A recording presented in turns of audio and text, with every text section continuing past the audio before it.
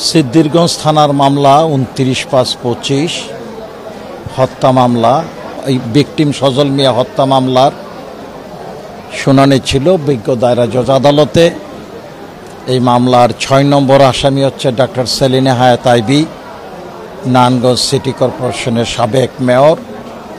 এই মোকদ্দমায় আমরা বিজ্ঞ দায়রা জজ সাহেব জনাব আবু শামীম আজাদ সাহেবের আদালতে জামিনের প্রার্থনা করেছি এবং জামিনের সপক্ষে আমরা যুক্তি উপস্থাপন করেছি।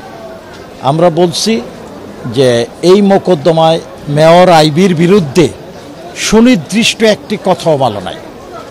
গুলিতে এই মোকদ্দমার ভিকটিম নিহত হয়েছে, এজাহারকারী হচ্ছে তার মা, যেভাবে বর্ণনা করেছে। কার গুলিতে নিহত হয়েছে তা বর্ণনা নাই। কে বোমা বিস্ফোরণ করেছে তারও কোনো বর্ণনা নাই। গয়রাহা অভিযোগ। এই মোকদ্দমাগুলি আমরা সাধারণত আমাদের ওকালতি জীবনের অভিজ্ঞতা থেকে বলতে পারি, এই মোকদ্দমাগুলি বিজ্ঞ দায়রা জজ আদালত দয়া করেন, আসামির জামিন মঞ্জুর করেন। কিন্তু আজকে উনি আমাদের জামিনটা নামঞ্জুর করেছেন। আমরা বলেছি বিচার ব্যবস্থা যেহেতু স্বাধীন বিচার ব্যবস্থায় একজন নিরপরাধ আসামি জামিন পাওয়ার হকদার। আর জামিনটা হচ্ছে বিজ্ঞ আদালতের থেকে আসামির জিম্মায় প্রদান করা। এই আসামি পলাতক হবে কিনা, এই আসামি এই বিজ্ঞ আদালতের আদেশ অমান্য করবে কিনা, বিজ্ঞ আদালত রাষ্ট্রপক্ষের বক্তব্য শুনে আমাদের জামিন নামঞ্জুর করেছেন। আমরা ন্যায় বিচার থেকে বঞ্চিত হয়েছি। আমরা এই আদেশের বিরুদ্ধে মহামান্য উচ্চ আদালতে যাব।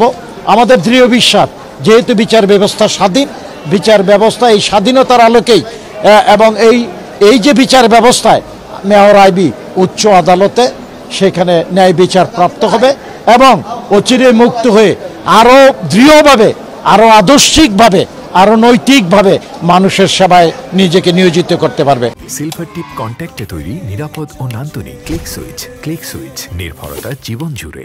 আসামি আইভি তৎকালীন সরকারের ফ্যাসিস্ট সরকারের একজন সক্রিয় সদস্য এবং বড় ভূমিকা পালন করেছেন।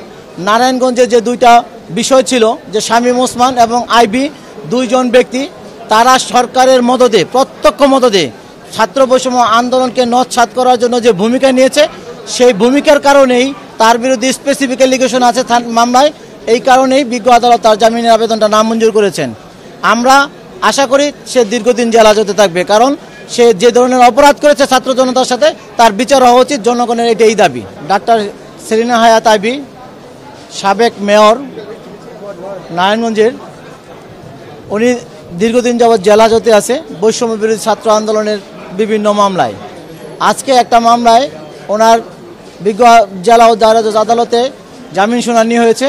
যে মামলার ভিকটিম সজল, তাকে সরাসরি বুকে গুলি করা হয়, পরবর্তীতে হাসপাতালে নেওয়ার পথে সে মৃত্যুবরণ করে, তার চিকিৎসাটা পর্যন্ত হয়নি। এই মামলায় ডাক্তার সেলিনা হায়াত আইভি ৬ নম্বর আসামি ছিলেন। গত 18/6/2025 তারিখে এই মামলা তাকে ডাক্তার সেলিনা হায়াত আইভিকে গ্রেপ্তার দেখানো হয়। আজকে আসামির পক্ষে শুনানি করেছেন। শুনানির পরে আমরা রাষ্ট্রপক্ষে তার জামিনের বিরোধিতা করেছি। দীর্ঘ শুনানি অন্তে আমাদের জেলা ও দায়রা জজ আদালতের বিজ্ঞ বিচারক শামীম আজাদ স্যার আসামির জামিন নামঞ্জুর করেছেন।